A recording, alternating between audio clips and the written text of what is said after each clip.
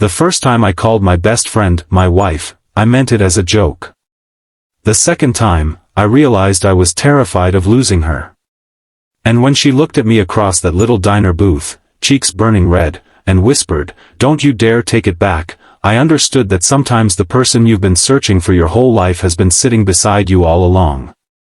Before we begin, if you believe in kindness, second chances, and the possibility that love can grow from the strongest friendship, please like this video, share it with someone who needs a little hope, leave a comment, and subscribe to Love and Destiny. Your support helps us bring more emotional stories like this to you. My name is Daniel, and for 11 years, Emma had been the person I called when life became too loud. We met in college after I accidentally spilled coffee on her final project. She should have hated me, but instead she laughed so hard that tears came to her eyes. That laugh became one of the sounds I loved most in the world.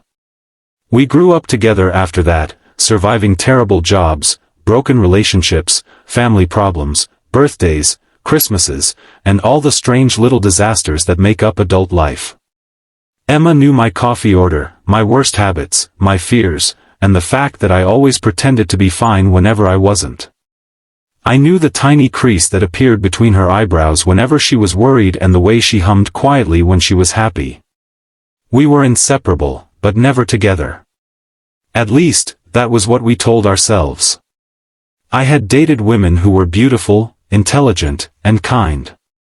Emma had dated men who were charming, successful, and occasionally complete disasters.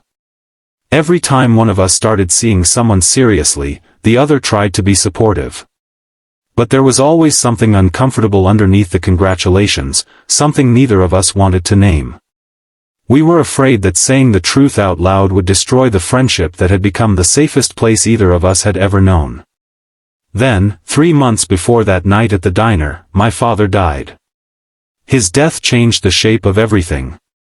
I suddenly became responsible for clearing out his house, selling the old furniture, sorting through boxes of memories, and accepting that the man I had spent my whole life trying to impress would never call me again.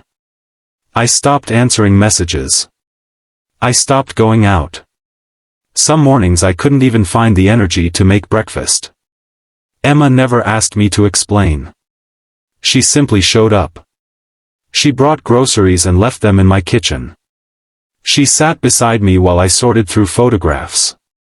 Sometimes we didn't speak for hours. Once, she found me sitting on the floor holding one of my father's old watches, and instead of telling me that everything would be okay, she simply sat down beside me and held my shoulder until I finally cried.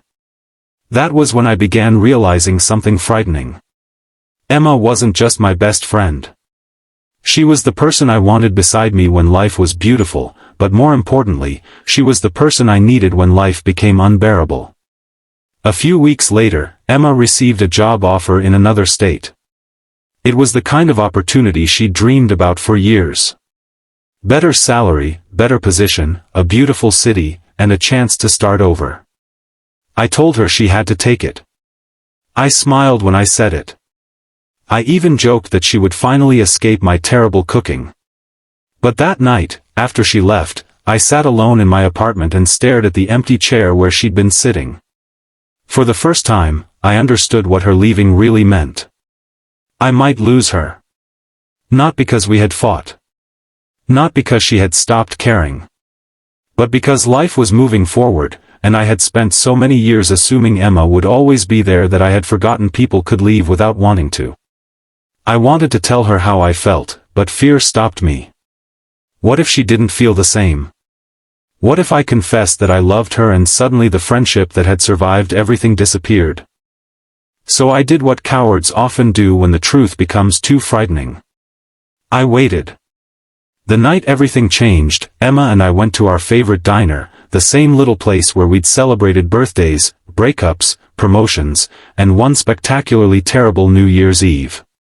The neon sign outside flickered against the rainy pavement, and inside, the windows were fogged from the warmth of the kitchen. We ordered our usual meals and sat across from each other in the booth we'd claimed for years. Emma was leaving in 6 days. She tried to sound excited as she talked about her new apartment, her office, and the neighborhood she had researched. I listened, smiled, and asked questions, pretending that my heart wasn't slowly breaking. Then the waitress came over with our food and casually asked if we wanted anything else. Without thinking, I pointed at Emma and said, "My wife will probably want some pie." The words hung in the air. The waitress smiled and looked at Emma. Emma froze. I froze. Then Emma's cheeks turned bright red. The waitress walked away, and for several seconds, neither of us moved. I felt my entire body heat up. I tried to laugh it off, stumbling over an apology and saying that I hadn't meant anything by it. Emma looked directly at me. Her eyes were shining. Then she leaned across the table and whispered, "Don't you dare take it back." My heart stopped. I stared at her, convinced I'd misunderstood. She looked down at her hands and admitted that she'd been waiting 11 years for me to accidentally say something like that. She confessed that every time I dated someone, she told herself she was happy for me while secretly wondering why I never looked at her the way I looked at them. She said she had accepted the new job because she thought leaving was the only way to stop hoping. Then she looked at me again and told me the truth I'd been too afraid to say. She loved me. Not suddenly. Not because of one joke at a diner. She had loved me slowly, quietly, through every ordinary morning and every terrible night, through arguments and laughter, through grief and celebrations. She loved the version of me that nobody else saw. I couldn't speak. So I reached across the table and took her hand. I told her I loved her too. And then something strange happened. Nothing exploded. The world didn't change. The diner continued humming around us. Plates clattered. Someone laughed near the counter. Rain tapped softly against the window. But my entire life suddenly made sense. The next 6 days were terrifying. We had no idea how to transform 11 years of friendship into something else. Our first date was awkward because we already knew everything about each other. Our first kiss made us laugh because Emma bumped her nose against mine. We argued about whether holding hands in public felt weird. We worried constantly that we were risking the best thing we'd ever had. But slowly, we learned that love didn't have to replace friendship. It could deepen it. Emma still teased me about my cooking. I still stole fries from her plate. She still knew when I was pretending to be okay. But now, when she reached for my hand, I didn't wonder what it meant. 6 months later, I drove to her new city every other weekend. Eventually, we decided that distance was ridiculous when the person waiting at the other end was the one we both wanted forever. A year after that diner night, I took Emma back to our old booth. There was no elaborate restaurant, no expensive ring hidden in champagne, and no crowd watching us.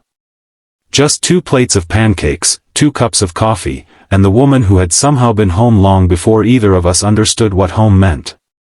I placed a small box on the table. Emma opened it and immediately began crying. Inside was a simple ring.